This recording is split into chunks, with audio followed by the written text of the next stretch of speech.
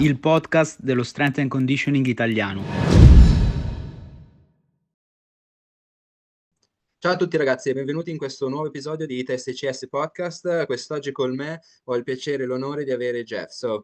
Jeff, thank you very much for being with me today. I am 100% sure, even more, that our topic and our discussion today will be exciting, will be thrilling for everybody that is involved within strength conditioning, sport performance, whatever you want to call it. So I am really, I have to say, you've been a really good mentor in my experience in United States. So first of all, thank you very much for that, and also thank you very much for being with me. I'll jump straight into the first question. So if you could give our listeners a brief presentation, introduction of yourself, both from the academic and professional background. Yeah, well, hey, first off, I had a blast with you when you were here and we were together there at Iowa. Pleasure working with you. Obviously you're on the older side of like the internship. And if you have your young guns, just might be freshmen, sophomores in college. And then you have your older folks like yourself, where it's like we probably had a different relationship than some of the young guns on staff there. So I appreciate your patience with everything, and I thought you did a good job. So I mean, and had a lot of great conversation with you, and now I get to be on this, so I appreciate that. Absolutely, the same. Absolutely. Yeah. Well, grew up, born and raised in Boston, Massachusetts. So I didn't know much about Springfield College. At some point when I was in high school training, I had a coach that dropped the name Springfield College and said, yeah, it's one of the best in the nation for strength and conditioning coaches and exercise science. And I was like, okay, cool. That's what I want to do. And I actually knew I wanted to do exercise science. I didn't know it was called exercise science at the time. But even when I was a freshman in high school, from 8th grade going into my freshman year, I worked with a guy named Tim DeFrancesco, who would become the head strength and conditioning coach for the Los Angeles Lakers. But he started his first business in a batting cage, like baseball batting cage, in some facility in Swampscott, Massachusetts, right next to my hometown of Marblehead. I was hitting baseballs one day, peeked behind the curtain. I saw people running, jumping, lifting weights, and I was like, that looks cool. Looks like something I should probably do. Ended up going there. Probably it's 4 years of my life that I'm so grateful for, and that helped me develop to the nth degree to prepare me for what I was going to face in this field. Not only did the school do an excellent job with great academics and great professors that get it and know what they're preparing you for, and that make it engaging, but the people around you, like it's a school where they pump out strength and conditioning coaches, PTs, ATs, occupational therapists. It's like health sciences. Half of our football team were going to be like strength and conditioning coaches. So you're surrounded by like-minded people that may not have like math and science smarts. It's like the type of intelligence you have when you're good at what you like. You know what I'm saying? Yeah, absolutely. I wasn't great at physics, wasn't great at math, but I'm very good at math that I need to know. Yeah. I got A's and A minuses in anything regarding training people, exercise physiology, whatever the lab might be, health and science labs, facility design type stuff, like dialed. During my time at Springfield, that's when I kind of started my internships.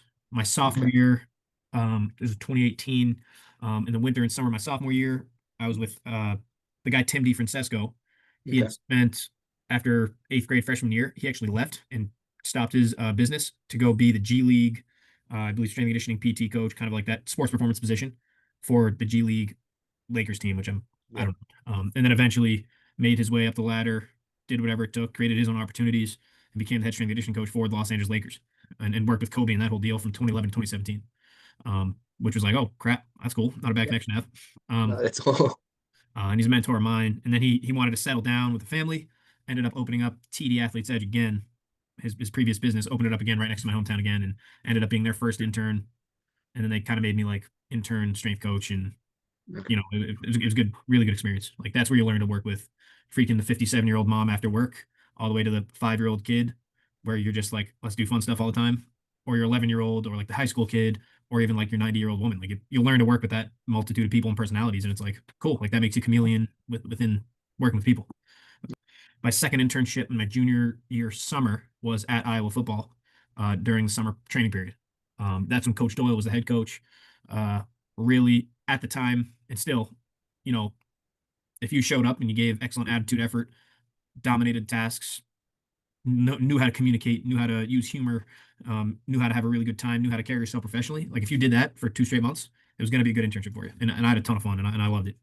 And I learned a ton too. It's like, and you're also seeing new environments. You're seeing a 36 rack or what is 32 rack weight room. That's ginormous. Yeah. You're seeing Yeah. that type of operation. It's no longer strength and conditioning. It's a multi-million-dollar enterprise. Yeah. So the human beings in the building are no longer having fun in the private sector. It's like, these are NFL pro athletes that are the center of this multi-million-dollar enterprise. And all of our jobs rely on these kids to do their job at the highest level. Yeah.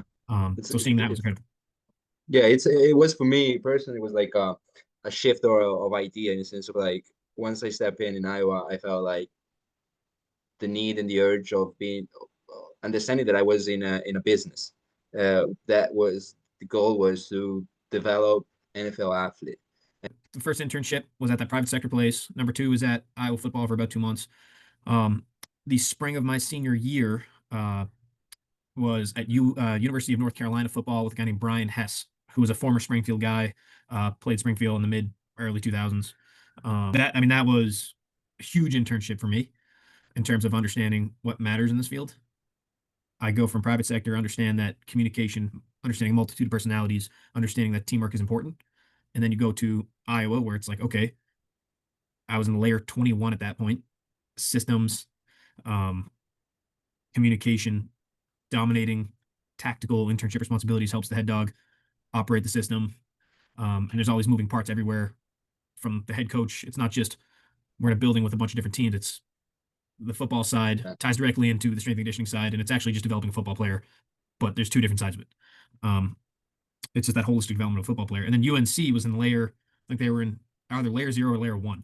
And this is, again, now P4, but it was P5 at the time. P5 football. So I just go from Iowa layer 21 to layer 0, layer number 1. And Coach Brian Hess, completely unbelievable leader, completely humble, appreciated the help as an intern. And not that I was treated this way at Iowa by any means, but you felt you had real responsibility for the first time. We were there for about a week at the internship, and this was the spring, so it was winter off-season training, and it was spring ball. I didn't get to see spring ball because the COVID storm hit. Okay. But his second assistant left. I think everybody got moved up a position, so they had a vacant position. It was myself and one other intern at the time. I mean, he brought us in a room and was like, look, like, you guys collectively are the 5th assistant. Like, you have these racks, and we're going to value your opinion, and you're coaching them up. And you're just like, let's go. All right, let's go. And then there's another coach on staff named AJ Blue, wicked good guy. He gave me my first opportunity to run a warm up there. It's like, oh crap, like interns, like you're valued in a different way, and you feel that for the first time, and you have people that like that. So that's how you interact. That's how you empower somebody at this level. This is how you can treat an intern, talk to an intern. Like, we were in on the staff meetings. Everybody would go upstairs, grab a meal. We come back down into Coach Hess's office with our meals, and we're debriefing a session every day. He's asking, how do the quarterbacks and specialists look? Because I had eyes on those 4 racks each session. You're working directly with the freaking starting QB, and all of a sudden he sees you not as a low-level intern. He sees you as a coach, and Coach Hess is speaking to you as if you were a coach. And it's like, oh crap, you feel valued. You're treated as if you're valued. You do have value. I saw Coach Hess for the first time reflect in front of us when a session didn't go well. And he's talking about what he could have done better or what he missed. Not what we missed, not what somebody else missed, not what the intern did poorly. It's how could we be better? I should have known better. We'll make this adjustment for next time. We got to clean that up. That's on me. When the COVID storm hit, I had the option to go home. There's a couple internship options on the table. But I was like, something in the back of my mind, I'm not like a redneck hick, but I am named after a NASCAR driver, kind of. Okay. So my middle name is Gordon. My first name is Jeff. And I've worn number 24 my whole life in sports. So in the back of my mind, I was always like kind of into NASCAR, and I don't really know why. And I had this dream of like, I'm not done competing. Like, I might go be part of a pit crew or something, which for your Italian listeners, if you don't know anything about NASCAR racing, American racing, which are probably like, it ain't F1. It's actually you just driving a circle, those idiots. So I made the choice though. I'm good. I want to go in this field. But the COVID storm hit. I was like, go home and find a job or go home and hit another internship. So I reached out to a Springfield connection, this lady named Caitlin Quinn, who she was at Florida State as a strength and conditioning coach, but Toyota Racing America hired her as a strength and conditioning coach. And I was like, what's that? What's that mean? What's that all about? Her dad was associated with Springfield football. I reached out to her dad, who gave me her number, and I reached out to Caitlin Quinn, and I ended up being her first intern at Toyota Racing. So in the middle of 2020 summer, drove down to North Carolina and spent 3 months there as a paid intern. And I thought I was going to train these pit crewmen, former football players. I was actually training the drivers, which was wild, like really cool. Yeah. It was like training. It's basically personal training again, like training almost like a cross country runner, where you like basic strength. You know, you're giving them a friend, a platform. You're building confidence. You know, I thought the coolest thing we did was there was a giant screen and they all wore heart rate monitors. Yeah. So probably at a time you might have 4 or 5 drivers in there. Maybe most of the time it was like 1 to 3. But they have like a legit, football, collegiate football weight room racks. There's like a basketball hoop in the weight room. There's like racing simulators in the weight room. There's a thing called a hot room, gets up to 135 degrees. They come in, they put their heart rate monitor on, and you can see it at all times. So, you know, we do regular basic strength conditioning, you know, your human movement patterns. We'd send them into the hot room and they would do, you know, energy system development or conditioning in there. And we would train them based on the heart rate zones. But every time they went in there, I mean, that thing would just turn red. I mean, it was 135 degrees on the rower. Exactly. Yeah. That's pretty cool anyway. So it was private sector, Iowa internship, UNC internship, Toyota Racing internship, and then submitted my graduate application for Merrimack College, which is just north of Boston. Ended up getting in there, and that's a 1-year graduate program. 9 to 11 intensive months of classes. You get 3 or 4 classes, 3 or 4 in the summer, 3 or 4 during each semester. And when you get there, you get 2 to 3 teams. I got there. I had, and kind of how they do it is there's tier 1, tier 2, and tier 3 teams. I don't know if they do it like this anymore. Tier 1 is like your big 5 money-making sports. You know, it's a basketball school because if their basketballs go to the tournament, everybody makes money. They can go to the NCAA tournament. So there's men's and women's basketball, men's and women's hockey, and then number 5 is football. Every other sport, kind of like if those are successful, all the tier 2s and tier 3s. So tier 2s were like your bigger lacrosse programs, men's and women's soccer, men's and women's lacrosse. Trying to think what else would be in that bracket. And then your tier 3s were smaller, like men's and women's tennis, your volleyballs, rows, swimmers, cross country. Oh, track was tier 2. Because they had about 110 on that team there. But you go in, you get a tier 2 team and a tier 3 team, and then you assist with the tier 1 team. It just so happened that the assistant, there are only 2 full-timers, a guy named Mike Kamal, Coach Kamal, unbelievable mentor, and I'm so grateful that I had got to be a grad for him and then eventually work for him. But his assistant left, so he had basically the big 5, which isn't really feasible if you want to do a job with all of them. So went through the first semester. After the first semester, I was lucky enough to basically be handed off football as a grad student, which I was extremely grateful for. It's super driven. Like I wanted it, you know. So my teams were football, field hockey, and women's tennis. During this time, Merrimack could train people over the summer for the first time ever, football specifically. Coach Kamal didn't have anybody yet in that spot, and I was like, Coach, I'll volunteer. Take them all summer if you want, you know. So I was fired up about that. I ended up it was a real summer training program. We started off at about 15 kids, Division I football program. I was like, yeah, sure, I'll volunteer. I'll take it over. Cool. It'll take it off your plate. I could work on my training systems and actually coach. Sounds exciting. I started at 15 kids for like the first 2 weeks. Ended up getting up to 40 by the end of 4 weeks. And then when they came back in July for 3 weeks, we ended up at like 67 or 75, something like that. Like almost 3/4 of the team there. And it's not mandatory. And it was like, all right, like, so that's what a summer should kind of look like. Then we went into the season, and in September, I was lucky enough where Coach Kamal hired me on. And that was my first full-time position as assistant director at Merrimack. Was there for about 2 years. Then got a job at Central Michigan University, where I was kind of like the right-hand assistant for football. I had volleyball and softball there. And then ended up going to Iowa, where I met you for 2 years. And then Iowa football. And then this past January, late January, was fully furnished in Iowa City on January 20th. Was fully furnished in Amherst, Massachusetts. I want to say the 27th. So, and then and now we're here, kind of in layer 0, building something special, which I couldn't be more grateful for. Yeah, absolutely. So let's dive a little bit with the time that we have in the topic of the podcast. So sprint training. The reason why I want to talk with you about this is because Um, I really appreciate the work you did in the past, the presentation you have done in the past, and I truly believe that, especially for Italian listeners, could be a topic that they can understand kind of easy. So the first question that I want you to ask you, sorry, is how would you describe the pillars of sprint training? So what I'm talking about is the neuromuscular and kinematic and kinetic factors, how those elements are important and why. So if you could give like a brief explanation of those variables and how can you use those variables? Well, to me, the sprint training pillars, and I just called it that. It's like what, and a lot of this stuff comes, and I'm just name dropping. Just where my head is at with a lot of this stuff in terms of conceptually is like all these concepts are coming from JB Morin, Cam Joss, Matt Rea, where they're just talking. And to me, it's like, what is the truth of making people faster? And the sprint training pillars represent to me the umbrella concepts of what is the truth to sprinting. And the first one, and I think the easiest to conceptualize, is I think neuromuscular apparatus. And the reason I like apparatus is because it means like systems.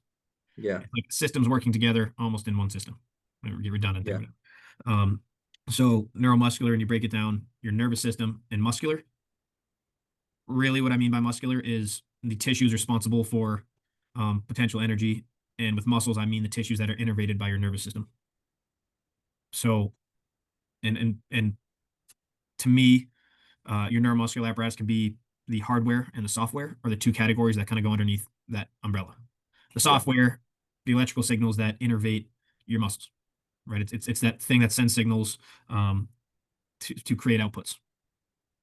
The tissues that are innervated, so your muscles, are the things where you can get KPIs on, like how much they fire, how fast they fire, how well do they coordinatedly fire together.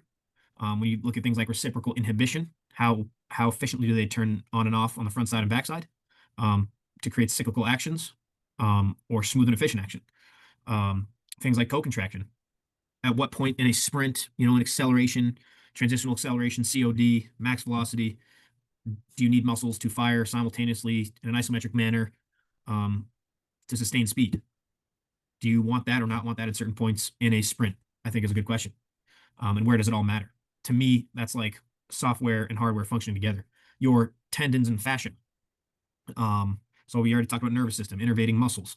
Your tendons and fascia, the things that your muscles pull on to make your skeleton move, are they ready to handle the forces of sprinting? A classic example is like a Cal Dietz example. You could have the strongest hips and knees in the history of mankind. If your foot and ankle can't handle those forces, well, tissues that can't handle those forces either break, or you're not going to transmit force effectively because your body's going to downregulate the system. So what are you doing to your foot and ankle in terms of strength down there? Your Achilles tendon, there's the whole healthy fascia movement. I think sometimes people go overboard with it. If you only focus on fascia training, like to me, most of sports performance and strength conditioning and sprinting and regular lifting, and to me, that is fascia training. I agree. There's certain lines of the body that you want to hit, like for example, like the book Anatomy Trains. A lot of amazing concepts in there. That book was one hell of a book to read, but I think, have you ever heard the name Brijesh Patel? He's a head strength and conditioning coach at Quinnipiac in Connecticut. Unreal. Around here, he's known as B. He's a legend. Quinnipiac Hockey, who he's a head strength coach for, won a national championship, I think in 2024 or 2023, 2022, one of those.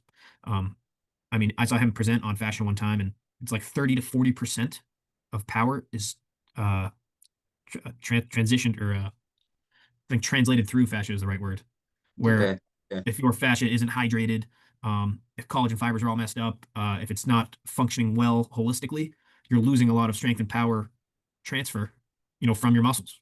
So your muscular strength and power doesn't matter as much if your fascia is not there. So to bring it full circle, neuromuscular apparatus, hardware, tissues actually doing the work, software, your electrical signals, your nervous system innervation, that type of thing. How much can my muscles fire? How fast can they fire? How effectively can they fire? And how well can the lower body move in a coordinated manner? Can my joints, muscles, tendons, the important elements of sprinting, can they handle all that force and strength and power? The big whistle American football strength coach made his guys the strongest they've ever been. cool, it doesn't translate to the field or transfer because your tissues aren't prepared for it. So what KPIs are we using maybe to get numbers on? What are some qualitative or quantitative things we're looking at? A good term is physical capability, I guess. Yeah, it is. To put a stamp on it, physical capability. Yeah. What magnitude can I produce force from my body in an effective and coordinated manner? The next one, which I think these next two are less easy to conceptualize because it's not as qualitative. You can't look at it and see it, and there isn't pictures in books, and there isn't as many images maybe you've seen on videos. Your next one is kinematic. People, the way I look at this is like the shapes somebody is making, the leverages that they have. This in sprinting are the shapes you are making translating to horizontal or vertical forces effectively in the way that you want it. So for acceleration, are the shapes that you are making effective for gaining ground horizontally? And at what part of the sprint are you doing that? Or in what context of the sport? Or if in max velocity, are the shapes that I'm making there helping transmit or translate to carrying my speed and handling vertical forces? J.B. Marin, I want to say he talks about this as your direction of force. Exactly. Which ultimately comes from the shapes that you're making. Exactly. Yeah, he for talks example, about the vector. Yeah, yeah, it's the same. So it's a vector of force. It's the same. Yeah, I heard something recently where it's like, I guess is a random tangent. Well, that's not random, but like people talk about shin angle, and I gotta find out where who. The third thing, so we did neuromuscular apparatus, kinematic, and then kinetic is the hardest to conceptualize because you can't see it. Exactly. And also, like I'm not good at physics here, so I would take everything I'm saying with a grain of salt. And I don't think we need to dive too deep into it. No. But these are the actual. I don't even know if this is the right way of saying it. The numbers associated with the shapes that you're making. So, yeah. What are my ground reaction forces? What does it look like in acceleration? What does it look like in transitional acceleration? What's it look like in max velocity? What are my horizontal ground reaction force numbers to my vertical ground reaction force numbers? What does the impulse look like? I know we talked about impulse a little bit. What's the vertical impulse look like? Or what's the horizontal impulse look like? What should they look like in a 100-meter sprinter professional versus a football player? That's a concept that always is exciting in football because it's like you're Olympic, the best in the world, and JB Marin talks about this, the best in the world can continue to accelerate almost to 60, 70 meters on a 100-yard sprint. But that's their job. Like that's an important part and requirement of their job. A football player might hit their max V at 15 to 25 yards. Yeah. Exactly. But what are the odds they actually run in a straight line for 15 to 25 yards? Yeah. Without elements like tracking and looking over their shoulder or tracking their keys or tracking the ball or playing like, and we'll get into this, like track and field versus team sport athlete, if you want to, where it's like there's 21 other people on the field in football that are all external stimulus and you have a job and assignment and all that stuff versus and max velocity actually isn't a requirement of the sport of football, where it certainly is on straight line sprinting. You know what I mean? So why would you change that to me? And that's a good question. And I do. And I think it's important because you're training coordination and nervous system there. And just in case they get exposed to it, obviously, but I think it's an incredibly strong stimulus for nervous system and coordination, which probably can only help you in acceleration, but you probably don't need a ton of percentage time training max V in football. You probably want to dominate horizontal speed and power and double down on that, which I believe in heavily. But so neuromuscular apparatus, kinematic, and kinetic are kind of your three main branches. I have like a brief question in this regards because when we talk about like the kinematic factors, so the shapes of the athlete we should see some shapes. So this is kind of right, this is kind of wrong, and sometimes I feel like there is some sort of constraint, like straight boundaries, on where we can say this is a good or is a bad mechanic. The problem is that especially if we are dealing with young athletes, they don't understand this concept. So their goal is to sprint as fast as possible. They don't care about anything else. And as soon as you try to teach them some sort of like motor learning skills or motor control skills, they have to rewire completely the way they produce that force. And that is perceived from a strength conditioning performance side. We all know it. So it's just need time for adapting. The athlete need to adapt. The problem is everybody else within everybody else that are composing the organization. So how much do you think we are going towards a direction where the shapes are too tight in terms of constraints? Yes or no? So ready? I think I know for sure I've moved farther away from sprint technique and shapes. Where I'm sitting right now is you don't need to train sprinting shapes as much as you think Exactly. for a few reasons. One, because they got to you at the collegiate level, they Yeah. made their way, got recruited at a high level to go play football, and they got to you sprinting the way they do. Exactly. So, do you need to change that? You have to check your own ego. Do you need to change that because you have this? You have a Yeah. perfect sprint model from Tony Holler. You have a perfect sprint model from Charlie Francis. Does that? How about this? And this is where I'm at. I think there's some folks that come to you, and it's like their running technique is so poor. You can give them a basic sprint model, but most everything in the books right now is a linear sprint model. Exactly. So show me a team sport sprint model. Have you ever read a book on that? No, that's exactly my point.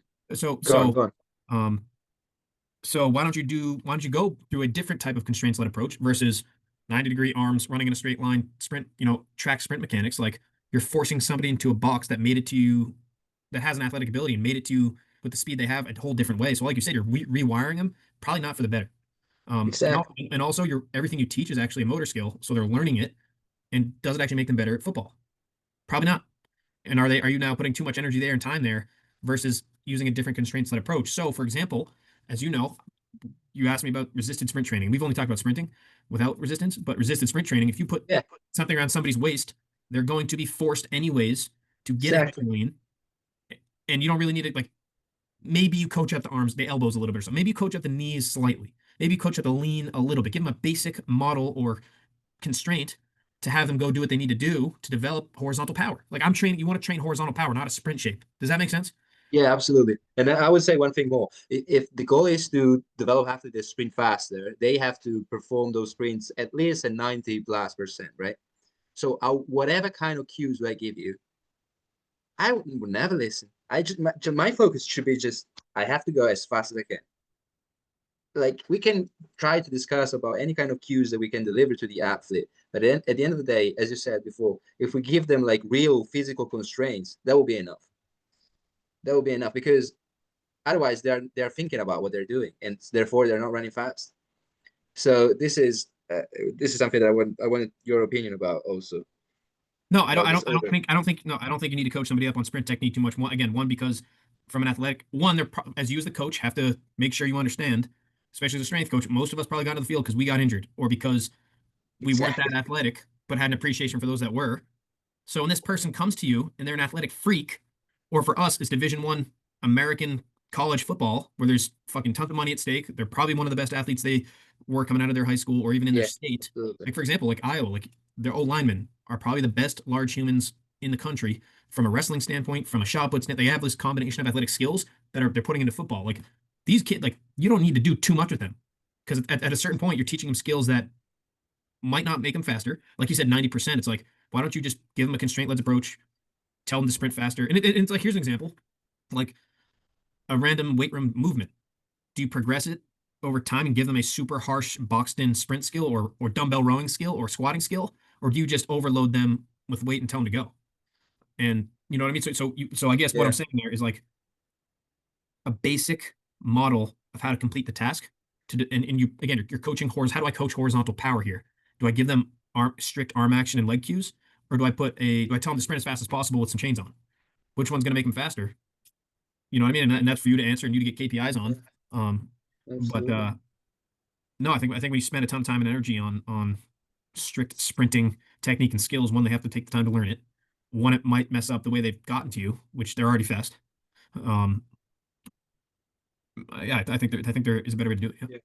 Yeah, somebody can argue about this that working, let's say, outside from a theoretical model, which is supposed to be good, can develop or can I don't know how to say, but can develop or can help increase the chances of injuries. But what could be your take on this point? So, we developed this model because we know that this model we should decrease the amount of hamstring injuries, and therefore we asking ourselves, so the injury, if the model is correct, the reason why the hamstring is getting injured is because of the load that is not capable to resist or capable to produce. But if the tissue is working well, probably is the reason why we ask him to run that way, they're producing the injury. It's not the tissue most of the time. It's because they're running with another mechanic they're not, supposed to run with. So what's your opinion on this side? Because most of the people will say, oh, if you don't do that, they'll get injured. Well, I think I'm sure there's some Star Wars fans in Italy. Yeah, absolutely. Obi-Wan says only a Sith deals in absolutes. Yeah. I think that if you can only see one way of doing something and you relate an injury to one factor, I think you got to look in the mirror. An injury is so multifactorial, like hundreds of factors go into why somebody might wake up one morning, go to your training session, and then tear their hamstring. Now, are there some more emphasized factors? For sure. But if you're going to tell me a sprint model is the reason somebody tears a hamstring or doesn't, and that there's, so there's that side of things, but there's also like, you're going to tell me your sprint model prevents hamstring injuries. Now think about this. There's 8 billion humans on the earth. We all have some similar patterns in sprinting. Like, let's train common human movement patterns and avoid ones that keep showing up when injuries happen, to the hamstring. Like, let's avoid those or prepare the tissue for those. Again, depending on how you look at it, paw back movements and super upright running and drive the knees and whatever the cue you want to use, is the reason or not you tear hamstring. Like, I don't know. Like, it's like, if you're going to stick to that, and I get it, in front of athletes, in order for them to buy in, you have to say, hey, we're doing this, and then you relate it to why or why not it will help them. That is an absolute. You should use that as a strategic coaching tool. But if you're going to look at other coaches and be like, this perfect sprint model from track is going to save the football players' hamstrings, I think you're off your rocker. I think that's crazy. Exactly. No, I completely agree. Let's move to another part that you just briefly discussed it before. So we have some hierarchy of training methods, to develop like a better sprinting or like a faster athlete. We have like a hierarchy, let's say, of 3 different methods, so like a primary, a secondary, and a tertiary. I don't know how to say that word in English. Sorry. Tertiary. Tertiary. Sorry. So let's go faster on this one. So the primary one will be sprinting, and we're good with that. The secondary one will be any kind of like plyometrics, therefore some sort of contact times related to the sprinting action. So if we have to, improve the acceleration, so we will allow the athlete to stay a little bit longer on the ground, produce more force. If it's top speed, vice versa. And we have the third part. Sorry, I can't say that word. The third one. So will be the general size, so the general strength part. Do we really need to work in the weight room in order to develop like a better, like a faster athlete? I know this is kind of like a clickbait question, but it's a good question. It's a good question. It's a check your ego question. Like, and actually I have it up on my, literally I wrote it on a freaking Word doc here. Because I want to tell you what I first originally heard from a guy named William Kramer, who I'm sure you have some folks that might watch this that cited his papers. I think he's one of the most published, at least American authors regarding strength researchers. I think of all time in terms of strength and conditioning, sports performance, physiology. I think like exercise physiology, that type of realm. And when I was at Merrimack as a grad student, our professor actually got him on, and he gave us a presentation one time, and he talked about transfer of training, and he talked about what sport specific training is. And the reason I have that right there is because I'm going to relate it to sprint specific training, which is I just applied what he told me to sprinting. Yeah. So the first and most important thing for sport specific training, this is what he said, is improvement of biodynamic qualities. What he's saying is do the sports skill more and better. And I always relate this back to, hey, guess what? 60 years ago, 70 years ago, there was 0 jobs that had the title of strength and conditioning or sports performance. It wasn't a thing. And guess what? Championships are still being won. Exactly. So how important are we? Which is, we are important, and we do, that's I have the job. Like, that's why I think it's important. But like kicking a soccer ball or hitting a baseball or pitching a baseball or hitting a golf ball or hitting a volleyball, swimming, like, guess what? If you suck at the sports skill, there's no amount of strength and conditioning that will help you out. No amount of conditioning, no amount of flexibility that's going to help you get better at the sport. So you got to be good at the skill first. That's number 1. Number 2, improvement of biomotor qualities. We're going to talk about this as secondary and tertiary methods, but biomotor qualities, strength, power, flexibility, mobility, your general capabilities, I guess. And then number 3, improvement of bioenergetic qualities. energy systems, and capacity to repeat the movements effectively. So conditioning and energy systems. Yeah. All right. Here's sprint specific training. I just read you those three. Here's these three applied. All right. With sprint specific training, and I took this from two articles, one by Edwards et al. In 2022 and Alcaraz et al. 2018.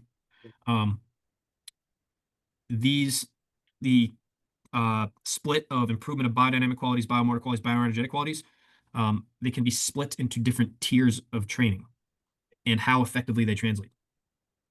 So sprint specific training, primary methods, and I took a lot of these terms from those two articles. Primary methods, sprinting and sprint technique. What does that sound like? It sounds like improvement of biodynamic, do the sport skill more and better. Guess what? Sprint more and sprint better. So I'm going to get out on the field, specifically in American football. I'm going to put my football cleats on, and I'm going to work on getting faster. I'm going to work on my neuromuscular apparatus. I'm going to work on the shapes I'm making with sprinting, and I'm going to turn the skill of sprinting better. Because that is a primary skill in football. You have to sprint. You have to dominate horizontal strength and power in sprinting. Specifically, I wrote performing the sprint action, optimization of the ratio of forces is how JB Moore would say it. If I want to dominate football in 10 yards, I better be good at accelerating. So I want to work on acceleration shapes.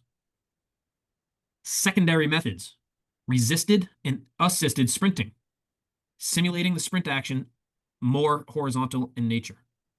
So your secondary method and your tertiary or your third method. Thank you. These are all going to be more related to biomotor qualities. This is the number 2 we talked about with sport-specific training. So secondary methods are resisted and assisted sprinting. All you're doing is simulating the sprint action, more horizontal in nature, especially in football. So again, in biomotor quality, secondary, tertiary methods. So basically, I'm doing the primary method. So secondary methods, I'm doing the primary method. With a constraint. Yeah, with a constraint, just mimicking it. It's pretty much the same thing. It's the same, relatively same speed, maybe a little bit slower, maybe a little faster. It's basically the same thing with a minor constraint. That's a good way of saying it. And then tertiary methods, plyometrics and resistance training. It's non-specific to sprinting, but it helps train the puzzle pieces to making you better at sprinting, if that makes sense. Yeah. All right. So just relating this one more time to sports-specific training. Number 1 is improvement of biodynamic qualities. That's sprinting more and better. Number 2, improvement of biomotor qualities. I want to train something that mimics actually sprinting with a minor constraint. That'll help me translate it in different parts of a sprint better. And then tertiary methods are working on the puzzle pieces that help make me better at sprinting. And I'll explain that in a second. I'll actually explain that now. Can you think of any secondary methods you'd use for sprinting? Loaded sprints, unloading in a sense of like deloading sprints, hill sprints, prowler pushes, if you want to include those. Yes, stuff like that for secondary methods. And I'm going to specifically, it's around, was it around 20 to 50%, probably call it 20% body mass on a resisted sprint. Exactly. Or if you've heard the concept of velocity decrement, so you don't want to reduce it. You don't want to reduce your sprinting by more than 30% with whatever weight you have on. That is the threshold between when it'll transfer or not, or when it becomes a tertiary or secondary method. So for example, say you're sprinting unresisted, that's your 100%. If you put weight on, it equals 10% of your, velocity decrement, you reduce your speed by 10%. That's still a secondary method. Put some more weight on and reduce your speed to 20%. It's still a secondary method. Reduce your speed by 30%. It's still a secondary method. You're working on power and you're mimicking that primary method. So sprinting, it's fine. Once I start to dip into 35, 40, 45%, it becomes a tertiary method. And the reason is you're sprinting, the speeds at which you sprint, the sprinting technique slows down to a significant enough degree where it no longer translates as much to sprinting. It's more of a tertiary method. It's non-specific to sprinting, but you're training your foot, ankle, lower body strength and power, which will help, if that makes sense. Yeah, absolutely. Another example of this is, so that's secondary methods, tertiary methods, plyometrics, and resistance training. Yeah.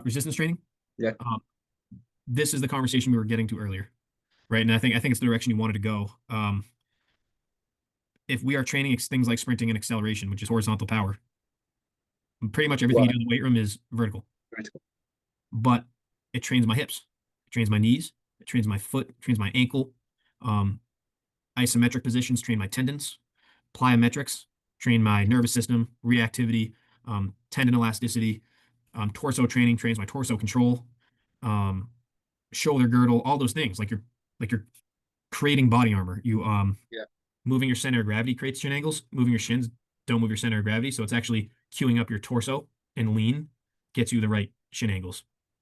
Gotcha. Versus telling somebody to get the right shin angles, and if you're not queuing that stuff up. That being said, I got my last question at this point.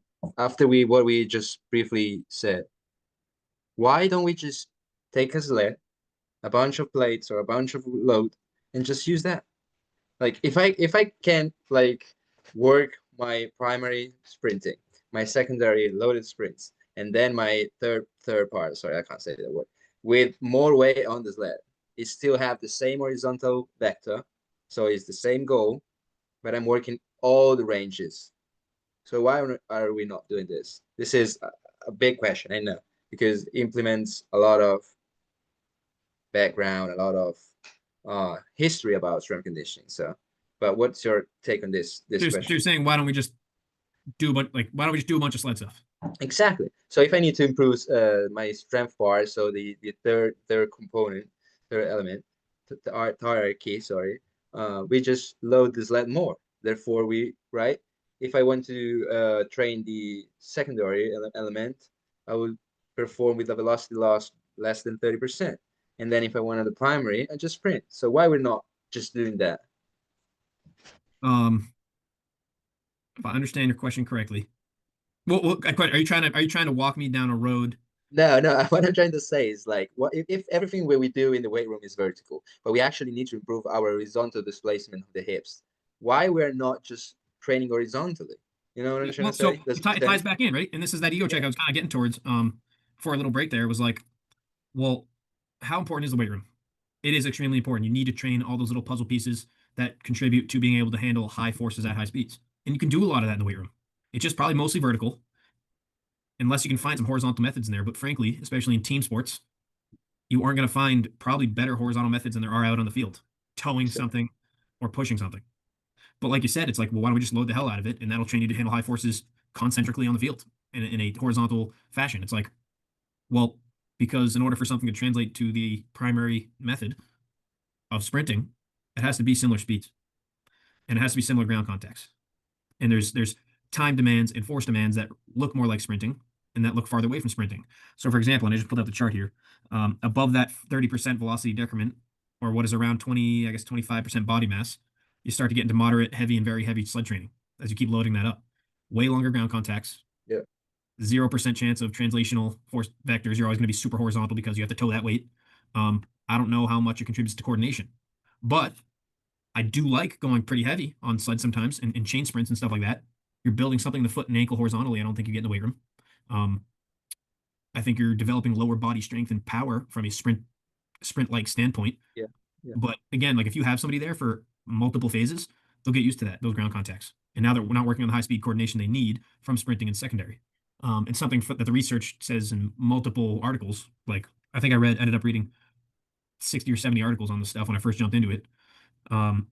Sprinting alone, getting better at it is good. Sprinting combined with tertiary methods and secondary methods is better. Tertiary methods alone or resisted sprinting alone without doing the primary method will not help you get better at sprinting. Combine all three. Now you have a system that'll increase somebody's coordination, lower body strength, and power to make them better at sprinting.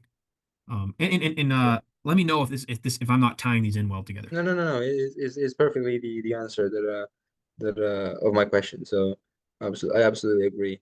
My question will be also related to the reason why we use the weight room is also because we need to eliminate some sort of monotony from the training program itself. Otherwise, we would just be on the pitch and on the field and just do that kind of work. Well, you know what? And I think you're probably going to ask me about this later. But different seasons, I know I can tell you from an American football standpoint for sure, but different seasons, and I think I apply to most athletics and sports. Yeah. Like, how do you get horizontal heavy stuff in the weight room? And it's like, well, why not have a sled in there and push it?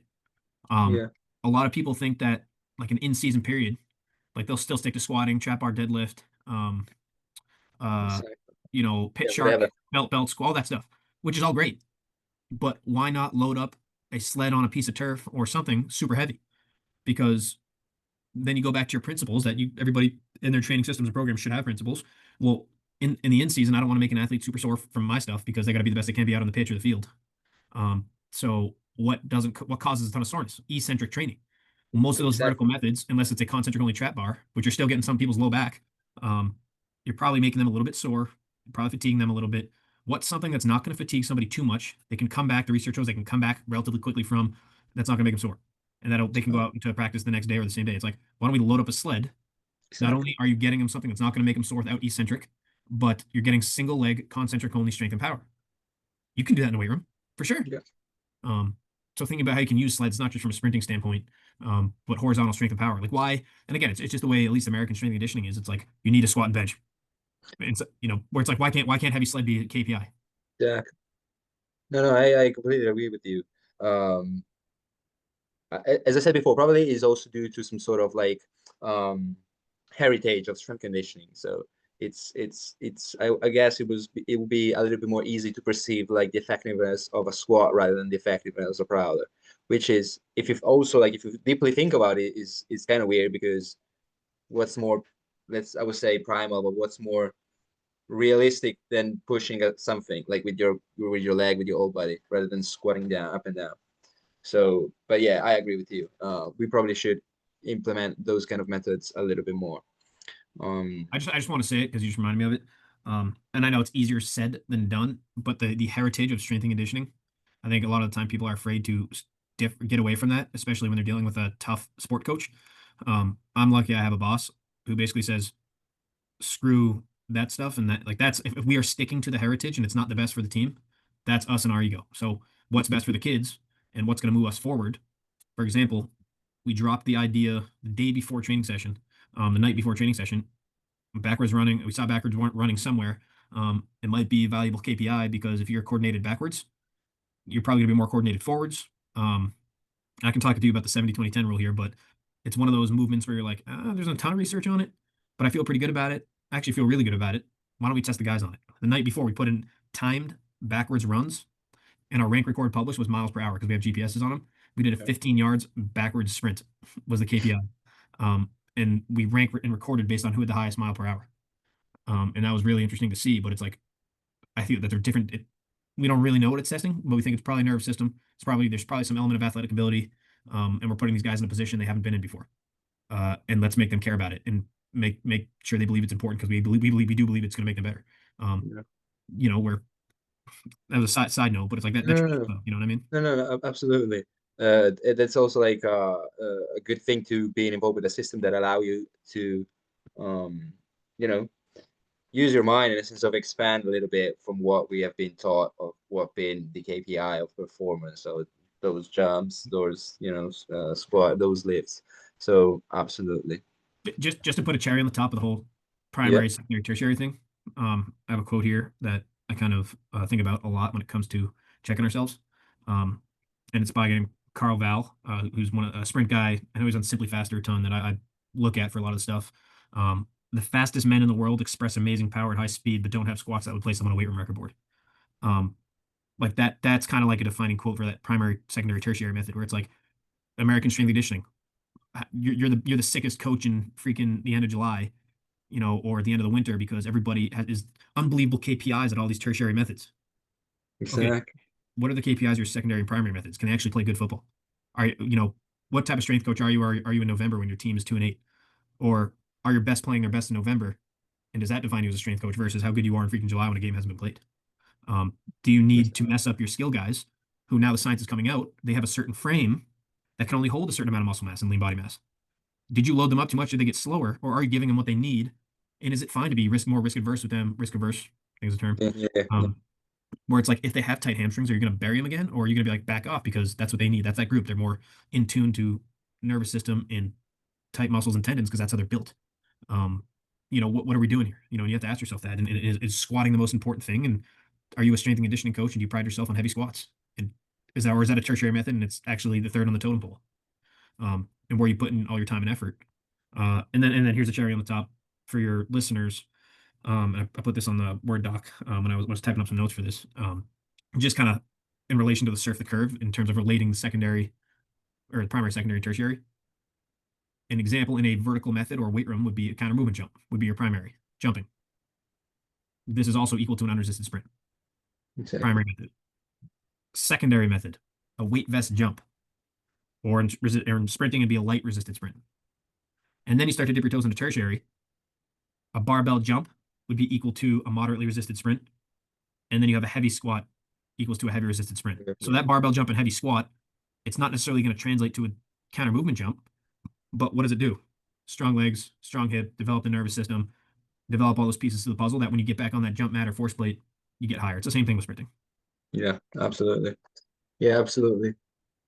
Jeff, we've been here for almost 2 hours. I have more question, but probably we'll do another part. I have to say thank you very much for being with me today. I truly believe the conversation could be also for the listeners like a good starting point for develop ideas and develop some sort of reflection. Yeah, I truly appreciate last takeaway message you gave me with the difference between the squat jumps, the CMJ, whatever. I think everything was crystal clear. So thank you really very much. I have a couple more questions, but we'll leave them for future podcasts or future discussions. So Jeff, as I said, thank you very much. Where people can find you, where can follow you, if however the Italian public can follow you. So I'd say the best spot is probably Instagram. It's coach_J Stern, STERN. So coach_JSTERN will probably be the best spot. And obviously for any of your listeners, like you can DM me anytime, reach out. Like I'm not too good, no job too small. Like I'm willing to talk to anybody, and I truly appreciate you and your time just for listening. Andrea, man, it's always amazing to see you, man. Thank you very much. So I'll finish with our last phrase. ITA SCS, Società Italiana di Strength and Conditioning. Be part of it.